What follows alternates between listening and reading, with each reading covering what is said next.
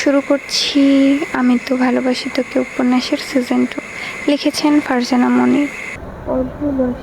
পর্ব 80। ভোরের প্রথম কিরণটা জানালার ফাঁক গলে ঘরে ঢুকতেই নিঃশব্দে বদলে যেতে লাগলো পুরো পরিবেশটা। রাতের ঘুম ঘেরা ডুবে থাকা শহর ধীরে ধীরে জেগে উঠছে। দূরের মসজিদ থেকে ভেসে আসছে ফজরের আজান। পাখিরা ডানা ঝাপটাচ্ছে, কেউ গানের সুরে, কেউ বা ডাকে সাড়া দিয়ে। ঘরের কোণে থাকা একটা পুরনো ঘড়ি তখন ঠিক ভোর 5টা বাজিয়ে জানিয়ে দিল এখানে একটা নতুন সকাল শুরু হয়েছে। সকালের একটা বিশেষ গন্ধ আছে, টাটকা স্নিগ্ধ জীবনের মতো। বাতাসে শিশিরের ছোঁয়া, কাক ডাকা ভোরের প্রশান্তি, আরও নতুন কিছু আশার আলতো কাঁপুনি।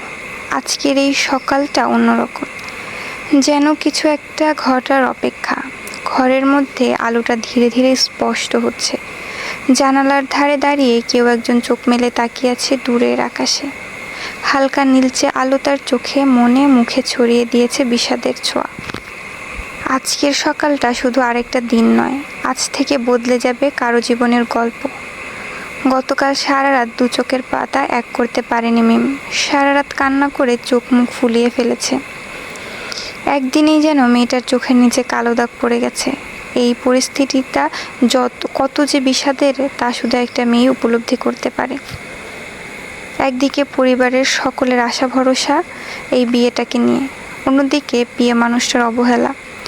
পরিবার থেকে পাওয়া কষ্টটা প্রিয় মানুষকে বলা যায় না, আর প্রিয় মানুষের দেওয়া কষ্টটা পরিবারকেও বলা যায় না। যা ভিতরে গুমড়ে গুমড়ে একটা মেয়েকে মৃত্যুর দিকে অবতারিত করে। হঠাৎ করে দূর ওই নীল আকাশের দিকে তাকিয়ে মিম গুনগুন করে একটা বিষাদের গান গেয়ে উঠল। সুখে থাকার স্বপ্ন দিলা, সুখ তো দিলা না। কত সুখে আছি, বেঁচে খবর নিলা না। বিধি খবর নিলা না। আমি ছাড়া কেউ নেই আমার দুঃখের পরিজন। আমারে পুরাইতে তোমার এত আয়োজন, আমারে ডুবাইতে তোমার এত আয়োজন। মিমের কণ্ঠে এমন একটা বিষাদের গান যেন পরিবেশটাকে আরও ভারী করে তুলেছে। আজ শনিবার। আস্তে আস্তে সূর্যিমামা উঁকি দিচ্ছে সকালের নীলাভ আকাশে। সূর্যের কিরণটা সরাসরি আবিরের চোখে পড়েছে, ঘুমের মাঝে, যা একেবারে অসহনীয়। আবির আস্তে আস্তে চোখ খুলল, কিন্তু সামনে যা দেখলো এক মুহূর্তেই তার মনের প্রশান্তির হাওয়া বয়ে গেল। মেঘ একটা গাঢ় নীল রঙের 3 পিস পরে ড্রেসিং টেবিলের সামনে বসে চুলে চিরুনি করছে। চুল থেকে টপ টপ করে ঝরে যাওয়া পানিগুলো মেঘের পিঠ বেয়ে বেয়ে কোমর ভিজে যাচ্ছে। আবির এক দৃষ্টিতে সেদিকে তাকিয়ে আছে। কি মোহনীয় সেই দৃশ্য, যা আবিরের প্রথম সকাল তাকে আরও মনোমুগ্ধকর ও স্নিগ্ধ করে তুলেছে। হঠাৎ করে মেঘের দৃষ্টি সামনের আয়নার দিকে পড়তেই লক্ষ্য করলো আবির মুগ্ধ চোখে এদিকেই তাকিয়ে আছে। মেঘ একটু মুচকি হাসলো, তারপর চোখের ইশারায় প্রশ্ন করলো, কি হয়েছে? আবির মুচকি হেসে জবাব দিল, ভাবছি। কি? আবির দুষ্টু হাসি মুখে টেনে বলল, আমি তো রাতে কিছু করিনি। আবিরের কথা শুনে মেঘের চোখ বড় বড় হয়ে গেল। লজ্জায় মাথা নিচু করে বলল, উফ, সকালবেলায় আপনি শুরু করে দিয়েছেন। আবির বলল, কেউ স্বামীকে সারা রাত অনীহায় রেখে সকালবেলা উঠেই গোসল করবে, আর আমি বললেই দোষ? লজ্জায় যেন মেঘের কান গরম হয়ে উঠল, সাথে খানিকটা অপরাধ বোধ। মেঘ মিনমিনিয়ে বলল, আমার কি দোষ? আপনার ছেলে সকালবেলায় আমার গায়ে জুস ফেলে দিয়েছে, তাই তো গোসল করতে বাধ্য হলাম। আবির এতক্ষণে উঠে মেঘের পাশে এসে দাঁড়িয়েছে। পিছন থেকে মেঘের কাঁধে 2 হাত রেখে আয়নার দিকে তাকিয়ে বলল, হয়েছে, আর মন খারাপ করতে হবে না, আমি তো এমনি দুষ্টুমি করছি।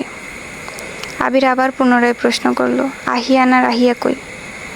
মেঘ জবাব দিল, আহিয়ান নিচে ড্রয়িং রুমে টিভিতে কার্টুন দেখছে, আর ত্রিধা ও আহিয়া খেলছে। আবির একবার ঘড়ির দিকে তাকালো, তারপর বলল, ঠিক আছে, নাস্তা রেডি করো, আমি শাওয়ার নিয়ে নিচে আসছি। আজ একটু তাড়াতাড়ি যেতে হবে। মেঘের শান্ত জবাব, জি, আপনি আসুন। সকালের নরম আলো ঘরের কাছের জানালা ভেদ করে ছড়িয়ে পড়ছে পুরো বাড়িটায়। নিচতলায় ডাইনিং টেবিলে মেঘ ও বন্যা নাস্তা গুছিয়ে রাখছে। আজকের দিনটা বিশেষ, কারণ আবিরের অফিসে একটা গুরুত্বপূর্ণ মিটিং আছে। মেঘ সকাল থেকে সব কিছু নিখুঁত রাখার চেষ্টা করছে। আবিরের শার্টে যেন কোনো ভাঁজ না থাকে, টাইটা ঠিকভাবে গোজা হয়, আর প্রিয় কফির মগে যেন কড়া কফির গন্ধ থাকে। ঠিক তখনই সিঁড়ির দিক থেকে ধীরে ধীরে ভেসে এলো আবিরের জুতোর শব্দ। মেঘ একটু পেছন ফিরে তাকাতেই চোখ আটকে গেল। আবির নামছে সিঁড়ি বেয়ে। আজ যেন একদম রাজপুত্রের মতো লাগছে ওকে। ধবধবে সাদা রঙের শার্টে গলা পর্যন্ত বোতাম আটা, গায়ে হালকা নীল রঙের ব্লেজার, হাতে কালো রিস্টওয়াচ, চোখে কালো সানগ্লাস আর চোখে মনোযোগী আত্মবিশ্বাসী এক ঝলক। চুলগুলো পরিপাটি করে সেট করা, আর ক্লিন শেপড মুখে যেন একটা অদ্ভুত সৌন্দর্যের দীপ্তি। সকালের রোদে তার গায়ের গাত্রবর্ণ যেন আরও উজ্জ্বল হয়ে উঠেছে। চোখে সেই পরিচিত গম্ভীর ভাবটা, যেটা মেয়েকে বারবার না চাইতেও তার দিকে টেনে নিয়ে যায়। মেঘের হাতে চামচ থেমে যায়, চোখটা স্থির হয়ে যায় আবিরের মুখে। সেই হাঁটাটা, সেই পরিস্থিতি, সবই যেন ওকে প্রতি মুহূর্তে নতুন করে প্রেমে ফেলে দেয়। আবির নিচে নেমে এসে এক ঝলক তাকায় মেঘের দিকে। ঠোঁটে সামান্য এক চিলতে হাসি, ফিসফিসিয়ে বলল, কি হলো, এমন করে তাকিয়ে আছো কেন? মেঘ যেন হঠাৎ বাস্তবে ফিরে আসে, লজ্জায় গাল লাল হয়ে যায়। আস্তে আস্তে বলল, কিছু না, আজ একটু বেশি হ্যান্ডসাম লাগছে মনে হচ্ছে। সে পুরনো আপনি। আবির হাসলো। আবিরকে দেখে আজ মেঘের পুরনো স্মৃতিগুলো মনে পড়ে যাচ্ছে, সাথে সেই পরিচিত গান। আরে ভাইয়া, তোমাকে তো আজকে অনেক হ্যান্ডসাম লাগছে। তানভীরের কণ্ঠে ধ্যান ভাঙল মেঘের। তাকিয়ে দেখলো আবির গিয়ে তার চেয়ারে বসে পড়েছে। আলী আহমেদ খান হাসি মুখে বলল, দেখতে হবে না ছেলেটাকার, আমি এক সময় এত হ্যান্ডসাম ছিলাম। আলী আহমেদ খানের কথা শুনে ড্রয়িং রুমে যেন হাসির ঝর্ণা বইছে। আলী আহমেদ খান আবার পুনরায় বলল, আবির, আজকের মিটিংয়ের প্রস্তুতি কেমন? আবির খেতে খেতে জবাব দিল, আলহামদুলিল্লাহ ভালো, আপনি টেনশন করবেন না।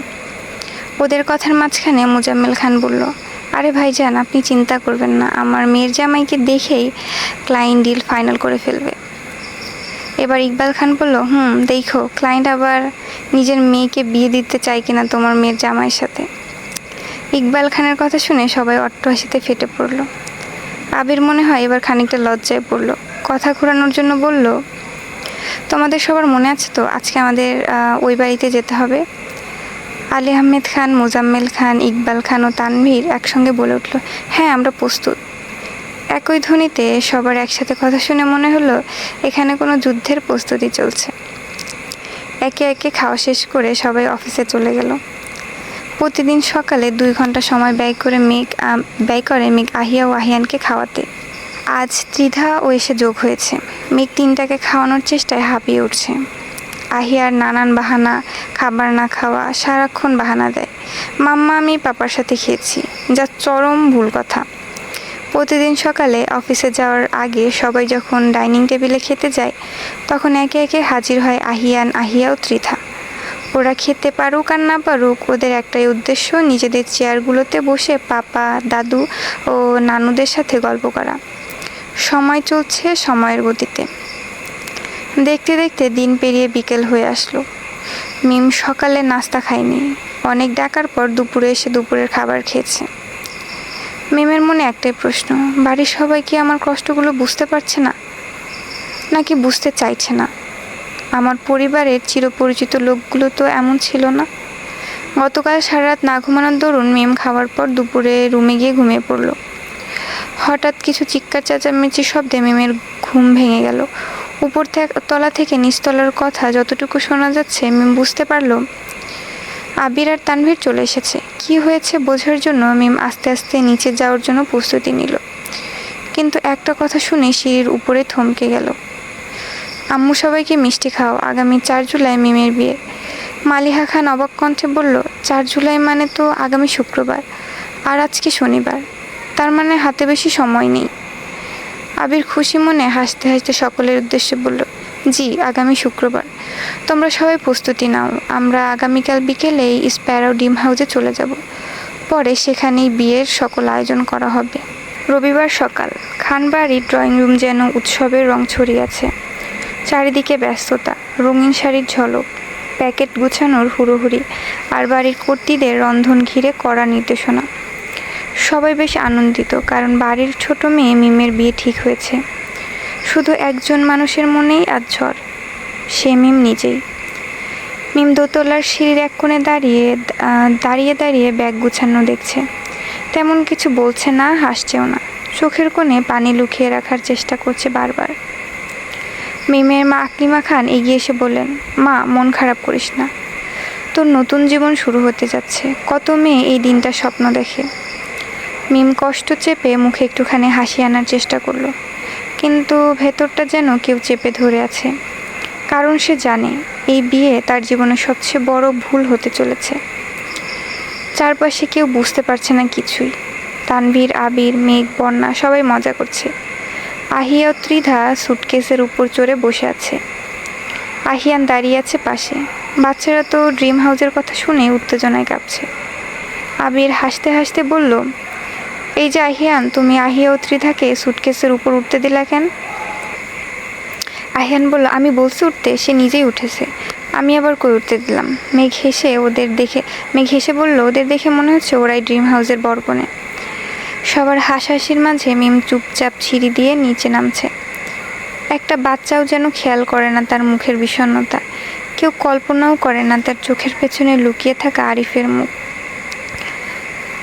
আরিফ, যার সাথে 5 বছরের প্রেম, যার কথা শুধু মিমের মা বাবা জানে, আর আজ তার মা বাবা মিমকে এই অন্য বিয়েতে রাজি করিয়েছে। সময় বদলে দেয় অনেক কিছু, মিম বারবার শুনেছে, কিন্তু তার ভালোবাসা কি সময়ের সাথে হেরে যাবে?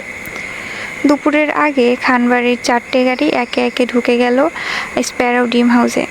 বাড়ির সামনে বিশাল বাগান, ঝকঝকে পাথরের রাস্তা, আর ফুল সাজানো ছোট্ট গেট। কয়েক বছরে আবির বাড়িটাকে সুন্দর করে গুছিয়েছে। যদিও মেঘ বিয়ের পর আসেনি একবারও। আবির বলেছিল অনেকবার, চলো কয়েকদিনের জন্য ওই বাড়িতে যাই, কিন্তু মেঘ আসেনি। আবির এই বাড়িতে একজন কেয়ারটেকার রেখেছে, যার নাম কুদ্দুস। কুদ্দুস চাচাই সারা বাড়ি ও বাগানের ফুলগুলো রক্ষণাবেক্ষণ করে। আবির গত কয়েক বছরে স্প্যারো ড্রিম হাউসের 2য় তলার কাজ সম্পূর্ণ করেছে। বাড়িটাকে আরও আকর্ষণীয় করার জন্য বাড়ির চারপাশে গড়ে তুলেছে সুন্দর ও মনোরম ফুলের বাগান। বাগানের এক কোণে একটা দোলনা বসানো, আর তার এক পাশে একটা টেবিল সহ কয়েকটি চেয়ার। বাড়ির এক কোণে তৈরি হয়েছে বাচ্চাদের খেলার জন্য কিডস জোন। মালিহা খান গাড়ি থেকে নিচে নেমেই বললেন, এই বাড়িটার নাম এত সুন্দর কেন রে? স্প্যারো ড্রিম হাউস, কেউ যেন উড়ে যাওয়ার স্বপ্ন দেখে এখানে। তানভীর বলল, হ্যাঁ বড় আম্মু, শুধু স্বপ্নই দেখে না, অনেক সময় কিছু মানুষের স্বপ্ন থেকে হারিয়েও যায়। বন্যা একটু হেসে বলল, আপনি আবার এত দার্শনিক কবে থেকে হইলেন? তানভীর চোখ টিপে বলল, মিমের বিয়ে নিয়ে একটু আবেগী হয়ে পড়েছি। কেউ জানে না এই মিমের বুকে জমে আছে সবচেয়ে বড় সত্য, যেটা লুকানো আছে আরিফের নামে। সেই নাম কেউ উচ্চারণ করে না, কারণ কেউ জানেই না। শুধু আকলিমা খান আর তার স্বামী জানেন তাদের মেয়ে এখনও চোখ বন্ধ করলেই যে মুখটা দেখে সেটা আরিফের। বাড়ির উঠানে মঞ্চ তৈরি হচ্ছে, বড় বড় রঙিন কাপড় টানানো হচ্ছে, আলো ঝুলানো হচ্ছে গাছের ডালে। ছোটরা দৌড়াদৌড়ি করে একে অন্যকে ফুল মারছে। আলী আহমেদ খান চিৎকার করে বলছেন, এই লালবাতিটা কে লাগালো? নীল সাদা বলেছি না? ক্যাটারিংয়ের একটা ছেলে এসে বলল, আমি লাগাইছি খালুজান, রং নিয়ে তো ঝামেলা কেন? পছন্দ না হলে আমি পাল্টে দিব। আলী আহমেদ খান তেজি কণ্ঠে বললেন, তাড়াতাড়ি পাল্টাও, বাড়িতে বিয়ে কোনো স্বাধীনতা দিবস না। একপাশে বসেছিল মিম, মুখে হাসি নেই। আবির তার পাশে এসে ফিসফিস করে বলল, তুই ঠিক আছিস তো? মিম কিছু না বলে মাথা ঝাঁকালো। আবির একটু তাকিয়ে বুঝলো সব ঠিক নেই, কিন্তু কিছু বলল না। বাড়ির পুরুষেরা মিমের বিয়ে উপলক্ষে সবাই সবার কাছ থেকে 1 সপ্তাহের ছুটি নিয়েছে। তানভীর এক কোণে দাঁড়িয়ে ক্যাটারিংয়ের লোকগুলোকে সব কিছু বুঝিয়ে দিতে ব্যস্ত। আবির গিয়ে পাশে দাঁড়িয়ে বলল, কিরে, সব ঠিক মতো হচ্ছে তো? তানভীর হেসে জবাব দিল, জি ভাইয়া, এখন পর্যন্ত সব ঠিকই আছে। আবির তানভীরের কাঁধে এক হাত রেখে বলল, পরবর্তীতে ও যেন সব ঠিক থাকে, কোনো যেন ভুল না হয়, আমার অনেক স্পেশাল গেস্ট আসবে। তানভীর বলল, ঠিক আছে ভাইয়া, তুমি নিশ্চিন্তে থাকো।